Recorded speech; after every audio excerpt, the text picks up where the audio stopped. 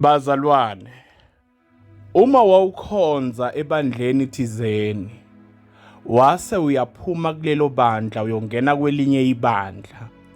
Uma ke sewuphumile kulelo bandla owawukhonza kulona, yenza isiqiniseko sokuthi uyaphuma naseyindabeni zakulelo bandla walishiya.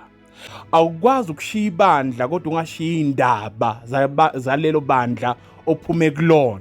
Awuthi uma uphuma enkonzweni uphume konke kwalelo bandla, ngoba sinamakholwa namhlanje into yabo yokuthi bakhule spiritually ibanjwe ukuthi baphume enkonzweni bangena kwenye inkonzo, kodwa kule nkonzo abaphuma kuyona even namhlanje basakhuluma ngayo. Kodwa okukhulu kunako konke ukuthi abalikhulumi kahle leli bandla babuya kulona.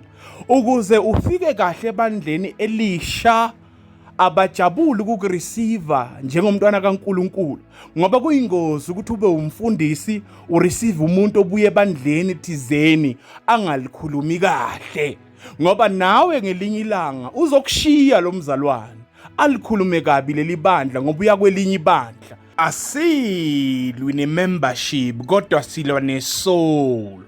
Ngamanye amagama, uma ulishiya ibandla, thina osishiyile kuyosithokozisa ukuthi sikubone kwelinye ibandla, ngoba okubalekile umphefumulo wakho as long usebandleni elikuKristu. Bazokusaba bazalwane abasha kulelo bandla ozinikele kulona. Into ezobenza ukuthi bakusabe ingendlela bakulalela ngakhona ukhuluma abazalwane bebandla obuya kulona.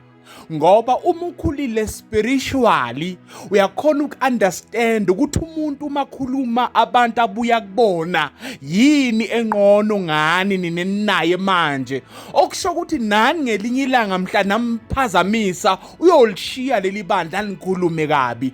Bazalwane, it's not about the church okulona, it's about ukuthi wena uhleli njani noKristu. Yiba ikholwe lithi noma liphuma lingena kodwa lingabi nomsindo. Awuthi noma ufika yikuphi la ufika khona, la uqhamuka khona mabathokoze, nala ufika khona mabathokoze.